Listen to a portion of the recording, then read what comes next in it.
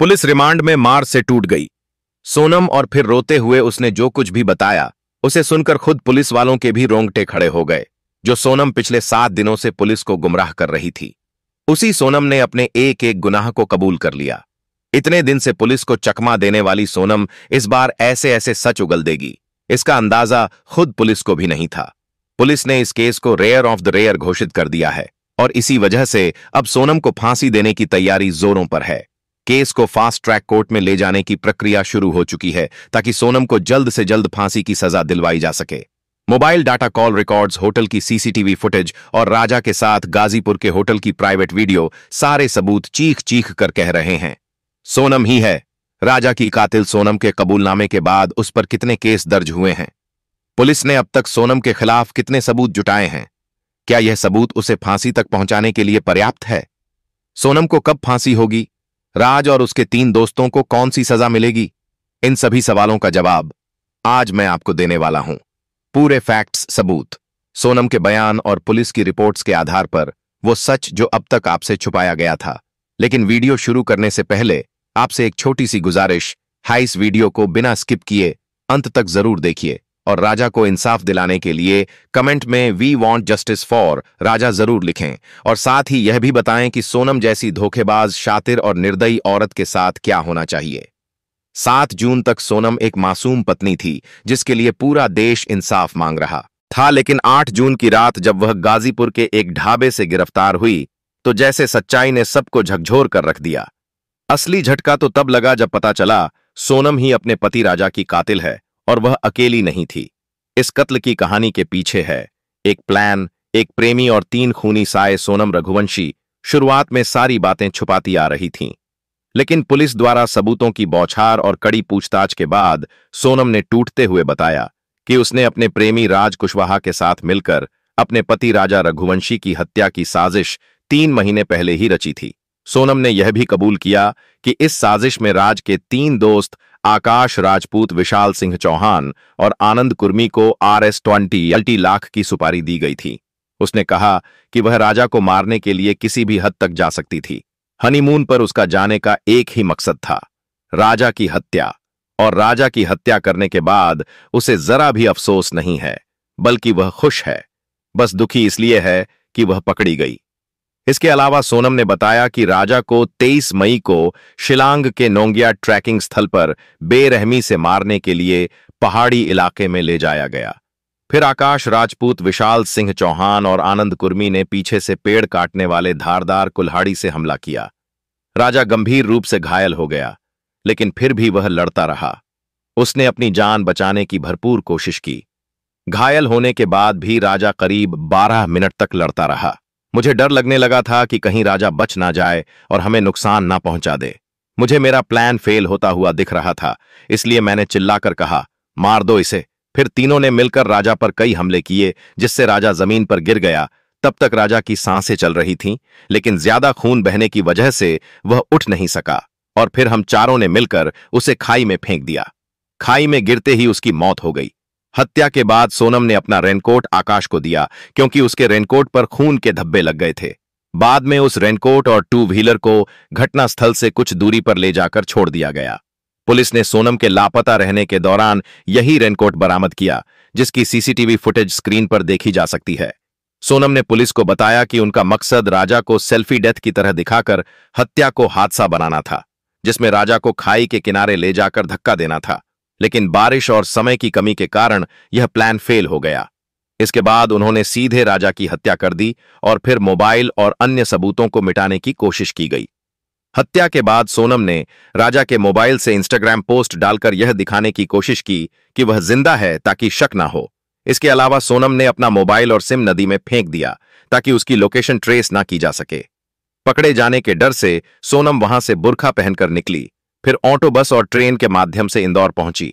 मगर पुलिस ने जब social media activity, call details, GPS travel record और गवाहों को जोड़ा तो पूरे प्लान की परतें खुलने लगी।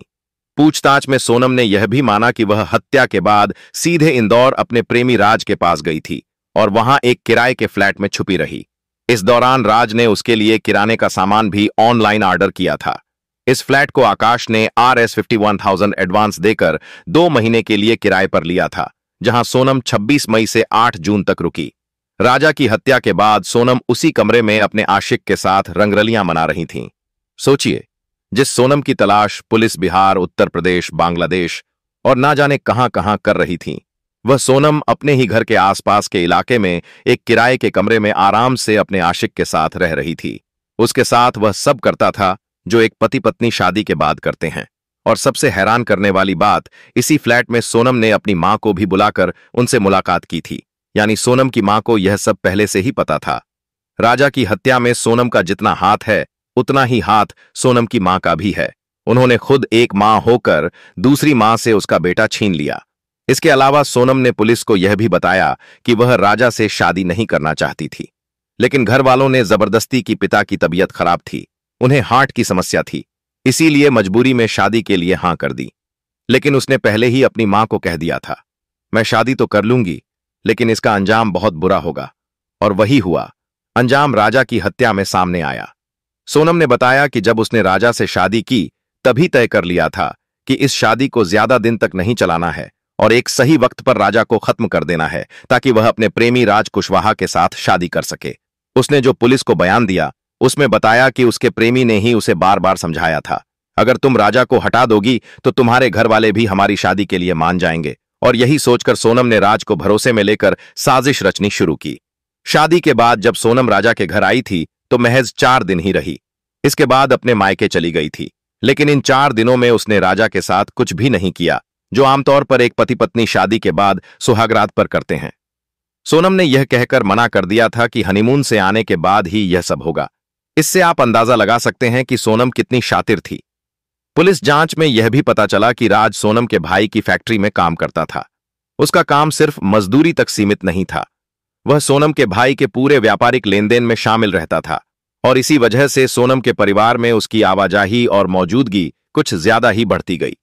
शुरुआत में राज सोनम को दीदी कहकर बुलाता था, लेकिन वक्त के साथ उनके बीच बातचीत बढ़ने लगी। फोन कॉल, व्हाट्सएप और मैसेजिंग ने धीरे धीरे उनकी बातचीत को इमोशनल क्लोजनेस में बदल दिया।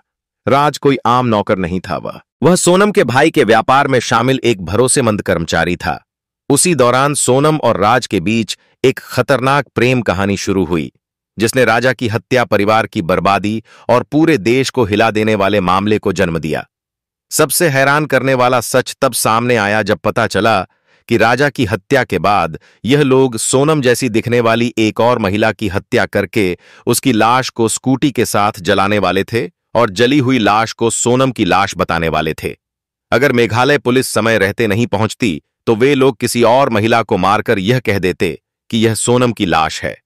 इसके बाद सोनम कुछ दिनों के लिए अंडरग्राउंड हो जाती और किसी को पता भी नहीं चलता।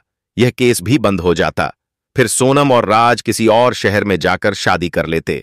यानी इन दरिंदों को ना इंसानियत का ख्याल था, न किसी की जान की कीमत। पुलिस जांच में यह भी सामने आया कि सोनम ने मोबाइल में एक नई सिम डलवाई थी ताकि पुलिस को ट्रैकिंग में दिक्कत हो। इस नंबर से वह सिर्फ अपने प्रेमी और बाकी आरोपियों के संपर्क में थी। उसने ही फोन पर राज को पूरी जानकारी दी कि वह शिलंग कब निकल रही है, कौन सा होटल बुक किया है और राजा की दिन भर की एक्टिविटी क्या क्या होगी, ताकि हमलावर उसे फॉलो कर सकें। इस केस में जो बात सबसे ज्यादा डराने वाली है वह यह है कि हत्या से ठीक 1 दिन पहले सोनम ने व्रत भी रखा था। मेरा तो उपास है ना, मेरे को 2-3 बार बोल दिया। मैं घूमने के चक्कर में अपनी गारस थोड़ी तोड़ूंगी। वही तो कह रही। मैं अभी खनियार बना रही तो मेरे को एकदम से याद आ गई, क्योंकि आज तो मेरे बहू का उपवास बाप। हाँ, अपने सास से बात करते हुए उसने कहा था कि वह अपरा एकादशी का व्रत कर रही है ताकि मनोकामना पूरी हो जाए। लेकिन सच्चाई यह थी कि उसके मन की मनोकामना राजा को मारने से जुड़ी थी। राज कुशवाहा ने भी कबूला है कि उसने ही अपने 3 दोस्तों को पैसों का लालच देकर इस मर्डर में शामिल किया था। वह जानता था कि अकेले सोनम कुछ नहीं कर पाएगी, इसलिए उसने अपने दोस्तों को भी इसमें घसीट लिया। हर आरोपी ने अपना जुर्म स्वीकार किया और यह भी साफ हो गया कि हत्या किसी एक का फैसला नहीं था, बल्कि यह सभी के बीच महीनों पहले से बनाई गई एक सोची समझी साजिश थी। पुलिस ने चारों आरोपियों के पास से वह मोबाइल फोन बातचीत के कॉल रिकॉर्ड्स, लोकेशन डिटेल्स और डिजिटल ट्रांजैक्शन के सबूत बरामद किए, जो हत्या की प्लानिंग में सोनम और राज कुशवाहा के सीधे जुड़ाव को साबित करते हैं। राजा के बड़े भाई का साफ साफ कहना है कि सोनम अभी भी बहुत कुछ छुपा रही है। उन्होंने पुलिस से मांग की है कि सोनम का नार्को टेस्ट कराया जाए ताकि जो सच अभी तक छुपा है वह सामने आ सके। तो जिस तरह से गुमराह कर रहा है पुलिस को, प्रशासन को, राज्य सरकार, केंद्र सरकार को, तो मेरी सरकार से यह मांग है कि इनका नार्को टेस्ट किया जाए, जिससे ना एक बार में सब मालूम पड़ जाएगा कि ये क्या चाहते हैं और इनमें से मास्टरमाइंड इन दोनों में से है कौन, इसके पीछे और कितने लोगों का हाथ है। इतना ही नहीं, राजा के पूरे परिवार का कहना है कि जब तक सोनम को फांसी नहीं दी जाती राजा को इंसाफ नहीं मिलेगा। उनकी मां की आंखों में सिर्फ एक ही बात है, बेटे की हत्या का बदला और सोनम को फांसी की सजा। फिलहाल पुलिस भी सोनम के नार्को टेस्ट की तैयारी में जुटी हुई है और माना जा रहा है कि इस टेस्ट के बाद और भी कई बड़े राज खुल सकते हैं। लेकिन जो कुछ भी सोनम ने किया वो किसी भी तरह माफी के काबिल नहीं है। उसके लिए उम्र कैद या फांसी भी शायद कम ही सजा होगी। लेकिन अफसोस की बात यही है कि अब राजा कभी लौट कर नहीं आएगा। पांचों आरोपियों को न्यायिक हिरासत में भेज दिया गया है। वहीं सोनम के वकील ने दावा किया है कि पुलिस इन लोगों से जबरदस्ती गुनाह को कबूल करवाने की कोशिश कर रही है, जबकि सोनम निर्दोष है। लेकिन जिस तरह के सबूत सामने आए हैं, जैसे कॉल डिटेल्स, लोकेशन डाटा और राज के कबूलनामे की रिकॉर्डिंग, उससे अब कोई शक की गुंजाइश नहीं बची है। मेघालय पुलिस और इंदौर पुलिस दोनों मिलकर इस केस को तेजी से आगे बढ़ा रही हैं। फिलहाल सोनम की कस्टडी बढ़ा दी गई है और अगले कुछ दिनों में कोर्ट में चार्जशीट पेश की जाएगी। पुलिस का कहना है कि सोनम ही इस मर्डर केस की असली मास्टरमाइंड है और उसने बेहद शातिर तरीके से यह साजिश रची। अब भी पुलिस सोनम से पूछताछ कर रही है। उसके 3 मोबाइल फोन अब तक नहीं मिले हैं। अगर यह मिल जाते हैं तो केस में और भी खौफनाक राज सामने आएंगे। सोनम पर जो धाराएं लगाई गई हैं वह हत्या की गंभीर साजिश और अपराध को देखते हुए भारतीय दंड संहिता के तहत निम्नलिखित हैं। धारा 300 हत्या। अपने पति राजा की हत्या की मुख्य साजिशकर्ता होने के कारण यह गैर जमानती अपराध है और इसके लिए फांसी या उम्र कैद की सजा हो सकती है। धारा 120 भी आपराधिक साजिश, प्रेमी और साथियों के साथ मिलकर सुनियोजित तरीके से हत्या की योजना बनाई। धारा 2001 सबूत मिटाना। हत्या के बाद खुद को मासूम साबित करने की कोशिश की और घटना को एक्सीडेंट जैसा दिखाने की साजिश भी की। धारा 24 साझा इरादा। क्योंकि यह हत्या एक टीम प्लानिंग के तहत हुई, इसलिए इसमें सबने मिलकर समान इरादे से अपराध किया। धारा 420 धोखाधड़ी। धारा 406 विश्वासघात। पुलिस के पास कुल 8 मजबूत सबूत हैं। पहला, सोनम और राज के कॉल डिटेल रिकॉर्ड। दूसरा, सभी आरोपियों की मोबाइल लोकेशन घटनास्थल के पास। तीसरा, सीसीटीवी फुटेज। चौथा, ट्रैवल डिटेल्स। पांचवा, आरोपियों के कबूलनामे। छठा, पैसों का डिजिटल ट्रांजैक्शन। सातवां, व्हाट्सएप चैट्स और आठवां, गवाहों के बयान। पुलिस ने इसे कोर्ट में डिजिटल एविडेंस की सूची में शामिल किया है। सभी आरोपियों को 14 दिन की न्यायिक हिरासत में भेजा गया। कोर्ट ने केस की गंभीरता को देखते हुए जांच अधिकारियों को जल्द चार्जशीट दाखिल करने के निर्देश दिए हैं। पुलिस ने अब तक लगभग 250 पेज की चार्जशीट तैयार की है, जिसमें सोनम को मुख्य आरोपी और अन्य को सह अभियुक्त बताया गया है।